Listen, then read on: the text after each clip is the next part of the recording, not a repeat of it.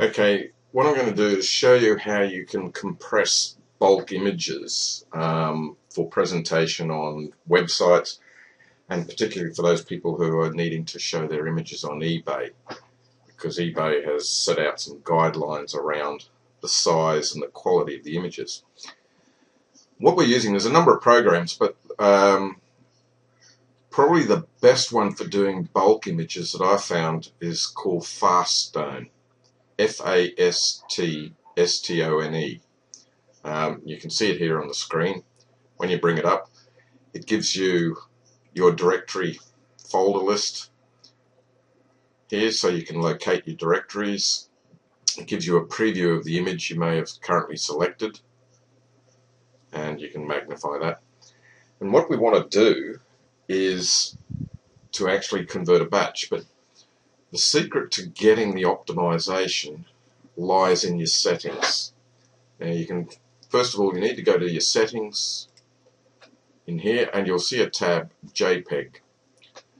What you want to do is set your quality to 90, set it such that it doesn't use, well, you can leave this as it is if you're just saving single images. If you're saving a batch, I'll show you there's a slight difference, and I have no idea why it works differently, but it does. And you want to set your sampling to high. So what happens there is, if, for example, I open this image, now we're viewing it here, and if you right mouse click, you'll get a menu. What I want to do is save as. Now, by default, it will save it with a certain size, JPEG quality of 98. Now that's the default on the system. If you click Options, you will see here that with those settings, as we've got here, we've got a quality of 98. Now, the advanced settings, photometric, you want to set that to YC, lowercase b, CR. That will give you the optimal size. And you can see here that it's gone. Now, for some reason, if I change that to, say, RGB, which is a higher quality, you'll see the file size has gone out to 11 megs from 5. If I change it to YCBCR, it changes down to 4.2 megs. Now, if I change that quality down to 90, that file size drops down to 1.8. So we're getting about a 60% saving on our file size, which is quite dramatic. Now, for most websites, depending on the amount of color, if there's lots of color variation in the image, you can drop it down a little bit lower. But if you have an image with, say, a lot of blue background, sky background, then keep it about 90. But if you've got lots of varied color like this image has, drop it down to 75, and you're coming down to 997K. So yeah, that's a 75% saving. So what you want to do is set photometric to YCBCR and play with your quality settings. 75 if you've got lots of color variation. I know eBay says 90, but you can get away with 75 quite comfortably. Now that's saving an individual image. Now what most of you want to do is to save a batch. So we'll just cancel that, click Escape, drop out. And what Faststone has is a tools. If you can either select a group of images, or you can select a whole set of folders. I'm just going to leave it as it is. Tools, Batch Convert. Now you'll see here you can add folders across, or you can add all. And the beauty of Faststone is when it converts, if you convert to an output folder where you specify where you want it to go to, it retains those folder structures, which is probably what you want to do. So make sure you've selected an output folder. That way it's saving the images in a separate area. The reason we want to do that is if you've got photographs, once you save these images, the quality does actually drop. And you may not want that to actually happen. And you can't get that color quality, the image quality back. So it's best to save it elsewhere when you're optimizing them and retain your original photos in their original folders. Now I'm just going to remove those because I just want to demonstrate this one. I won't worry about the output folder. I'm going to keep it here because what I've done is I've also clicked the rename. So that's the other option. Now that probably doesn't suit everybody either. So that's an option. Now the beauty of this is you can preview. Now if I'm just saving as it is, you can see the images here and you can see that the quality has dropped. The file size has dropped. And the reason that is because in my settings, now before I said to you, if you're saving an image individually with the preview mode, use of this, use JPEG quality from the original image if possible. It seemed to be ignored there because if I tick this now, save that and now preview again, you're going to see that okay, the file size has been reduced to 3.9 but not to the 1.2 or 1.3 we had before. So be sure when using batch mode, you go into your settings, set your quality level and uncheck retaining the original quality. Make sure your photometric is set to YCB CR and that your color subsampling is set to high. Optimize using the Huffman table.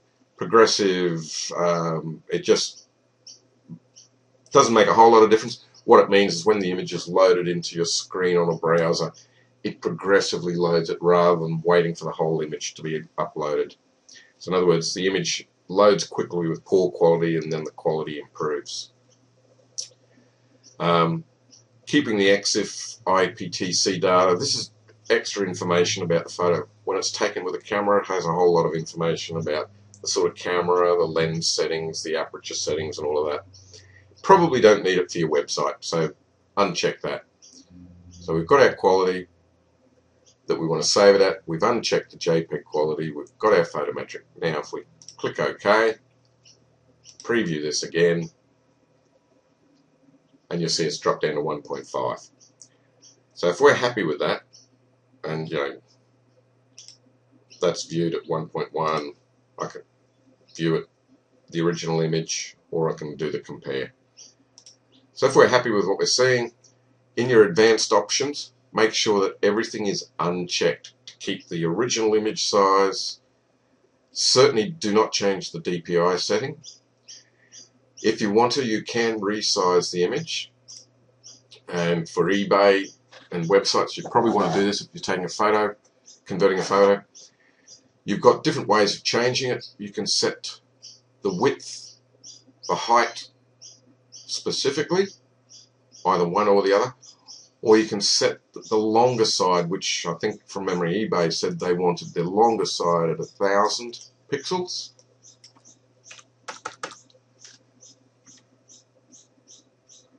And then it's got a filter for, and you want to make sure your aspect ratio is kept the same. So if you wanted to see how that looks, once again you can do the preview, and we can see here that it's converted our original photo at full quality down to an image where the longest side is 1,000 pixels with the compression, and what we end up having is an image that's gone from 5 megabytes down to 185K, which is a massive saving. So if we're happy with that, we just save that, and we'll just click the convert. Now it's telling me that I've got the image already there. Do I want to override it? And I say yes, and you can see the results of your conversion. So we've reduced that image by 96%. It's down to 4% of what it was. So if we'd had a batch, we'd have seen on the list of all the files converted. Now it's pretty fast. As you saw, that was just one image. If I want to, for instance, grab a batch, it's taking the batch now. I'm just going to stick this into a temporary folder.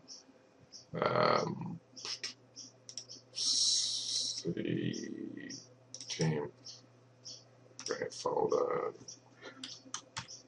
junk 2. Right, so that's going to send them all to junk 2. I've ticked to preserve the folder structure of the input list. Now that's important. My advanced options, I've said convert everything to exactly 1000. And we can preview. So you can see here how all the images now, okay, I've got a lot of small images which are converting up, which doesn't look good, but that's alright. It's just an exercise here. If I now click, I won't rename them. I'll keep the original date, ask before override. Now if I click convert, you can see that it's going through. Now there's a whole lot of very small icons there. Now we're getting into some larger size files. We're getting down to 1% of the saving.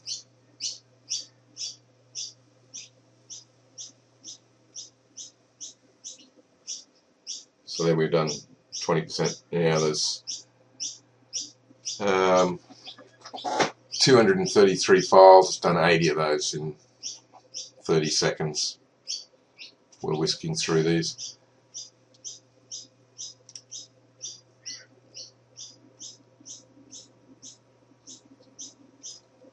So it's going to do those 230 odd files in about a minute.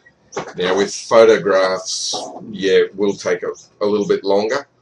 But look, this is probably the best way where you can grab a whole series of your images and convert and optimize them. So it'll resize them, it'll optimize them, perfectly suited for eBay.